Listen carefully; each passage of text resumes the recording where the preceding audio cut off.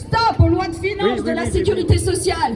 Stop à la loi hôpital, patient, santé et territoire. Stop aux ARS. Stop aux exonérations de cotisations sociales. Stop au contingent de formation des soignants déconnectés des besoins réels. Stop aux fermetures de lits et des services. Stop aux régulations des urgences. Stop aux fusions des hôpitaux. Aujourd'hui, nous réalisons une convergence départementale à l'initiative des syndicats Force ouvrière, CGT, Sud Solidaire, FSU et des comités de défense des hôpitaux de Lannion-Trestel et de Guingamp. Car partout, dans notre département comme sur l'ensemble du pays, nous, personnel et usagers, subissons les conséquences de ce saccage. Et nous avons décidé que nous ne crèverons pas chacun dans notre coin.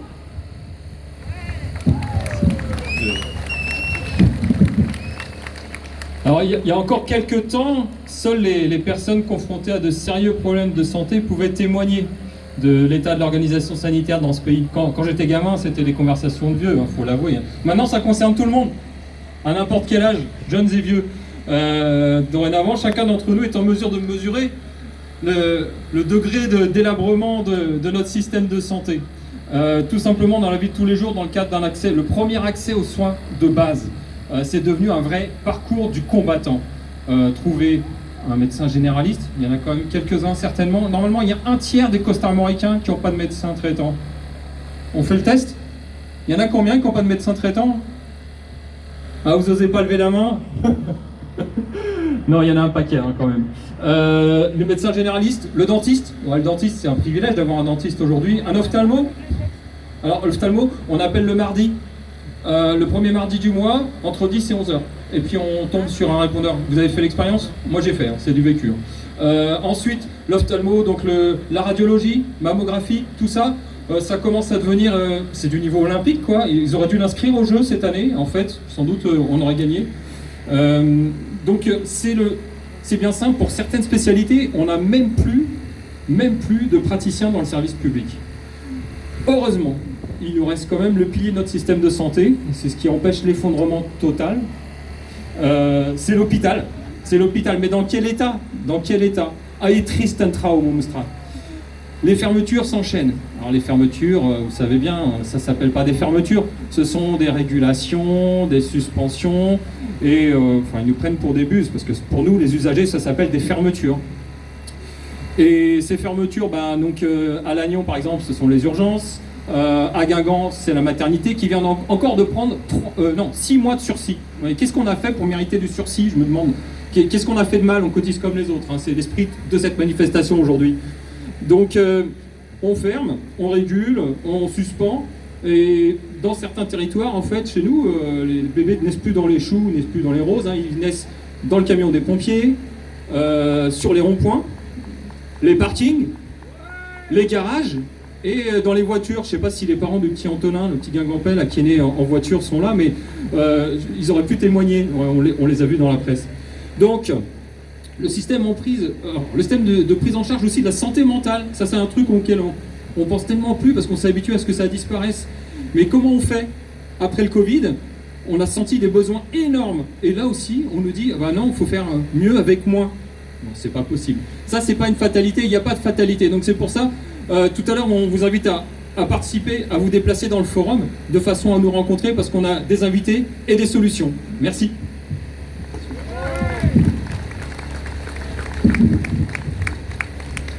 Est-il besoin de rappeler que notre système de santé repose sur un bien commun qui nous appartient à tous, la sécurité sociale, créée au sortir de la Seconde Guerre mondiale, alors même que le pays était en ruine, en faveur des populations traumatisées et meurtries par le fléau de la guerre.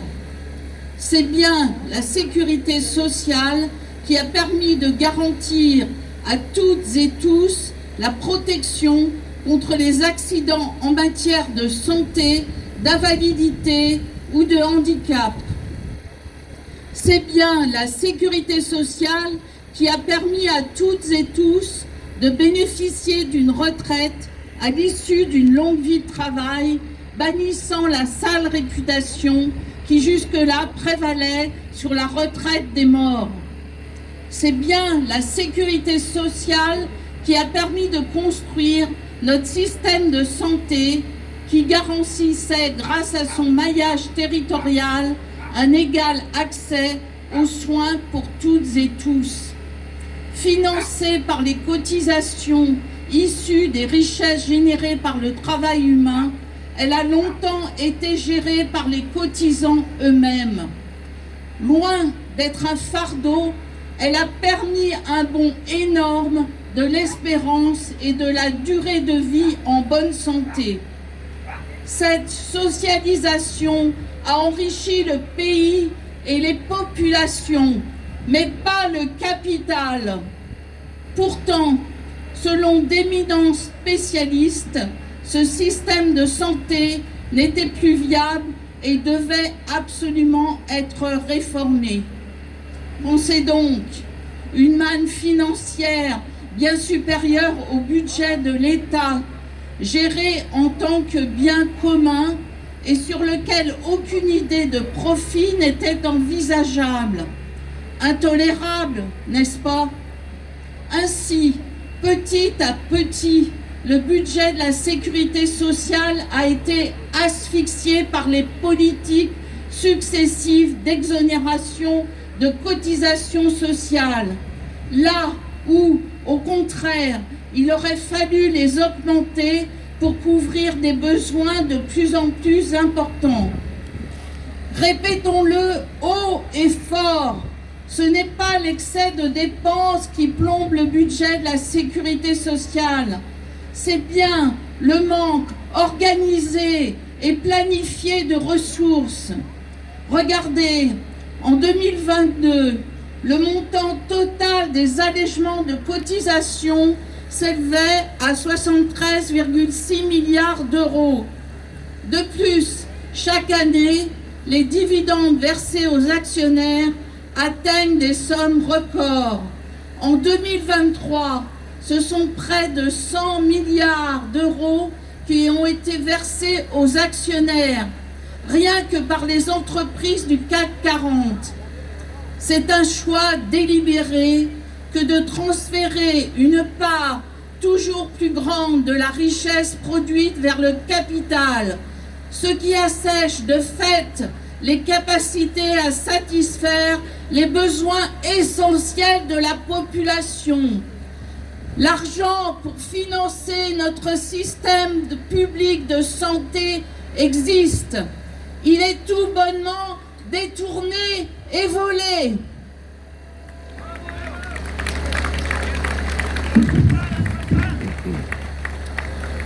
Cette politique de détournement de la richesse a été grandement facilitée par l'étatisation de la sécurité sociale.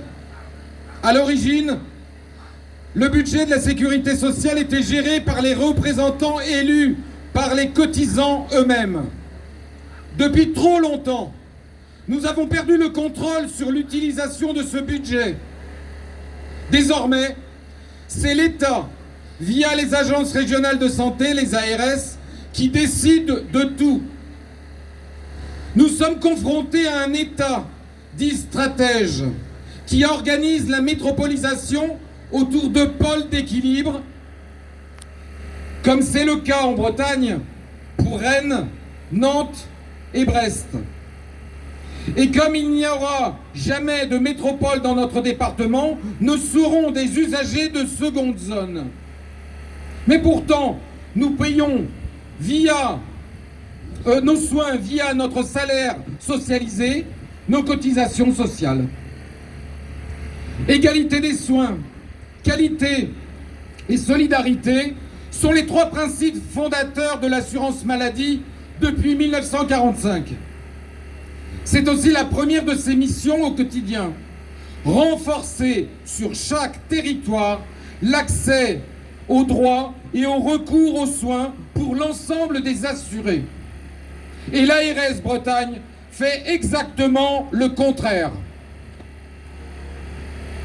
Récupérons la gestion de notre sécurité sociale pour pouvoir renouer avec ces trois grands principes fondateurs. Certaines logiques politiques ont ainsi imposé l'idée selon laquelle les établissements de santé se devaient d'être gérés comme de véritables entreprises, faisant de fait de la santé une marchandise, un produit commercial comme un autre. Instrument de cette politique, la tarification à l'activité dans les hôpitaux publics a été imposée, alors que ce système était initialement pensé pour les cliniques lucratives. En considérant la santé comme une marchandise, cela a permis à certains de faire des profits faramineux. Regardez les laboratoires pharmaceutiques, regardez le juteux commerce des cliniques privées lucratives, regardez Olivier Véran, ancien ministre de la Santé. En effet, fidèle à sa ligne de pensée, M. Véran, médecin neurologue de formation, a récemment opté pour une reconversion dans la très rémunératrice chirurgie esthétique, qui, comme nous le savons, est accessible au plus grand nombre. Alors que nous manquons cruellement de médecins neurologues dans l'hôpital public. C'est un symbole édifiant de ce choix de l'argent contre celui du bien commun. Non, notre santé n'est pas une marchandise. Non, elle n'est pas à vendre. En aucun cas, elle ne peut être source de profit. Nous le disons haut et fort aujourd'hui, le service public de santé qui nous accompagne de la naissance à la mort est un bien commun et doit être géré comme tel.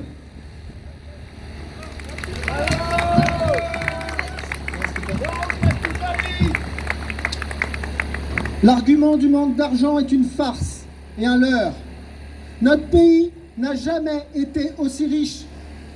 Simplement, la richesse est captée par une minorité au détriment des besoins sociaux du plus grand nombre.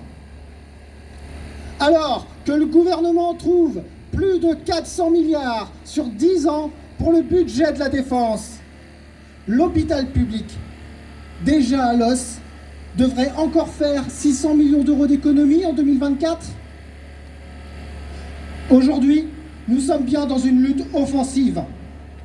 D'un côté, il nous faut, par tous les moyens à notre disposition, notamment les mobilisations multiformes des usagers et des personnels, gagner sur des éléments tangibles, immédiats, par exemple sur les recrutements, sur des moyens pour les EHPAD, sur la prévention, sur l'investissement immobilier, pour rendre l'hôpital respectueux des usagers comme des ressources de la planète.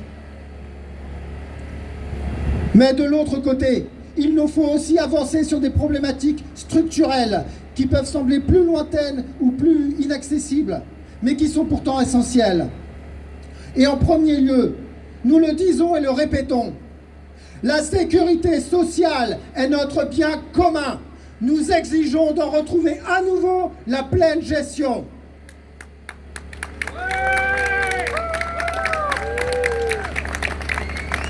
À l'issue de cette intervention, sur cette place du Valy, un forum de la santé vous est proposé par notre convergence départementale.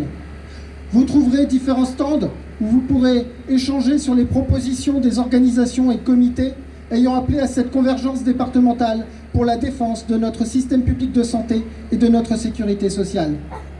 Nous vous invitons à vous saisir de ces temps d'échange et à vous approprier le seul mot d'ordre qui vaille.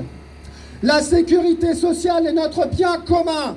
Notre santé n'est pas une marchandise. C'est nous qui cotisons, c'est nous qui décidons.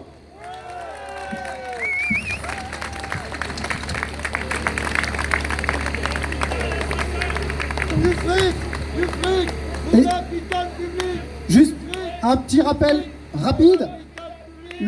On ferme les grilles du Roudourou à 18h pour le parking pour ceux qui sont garés en bas. 17h30, pardon. Ouais.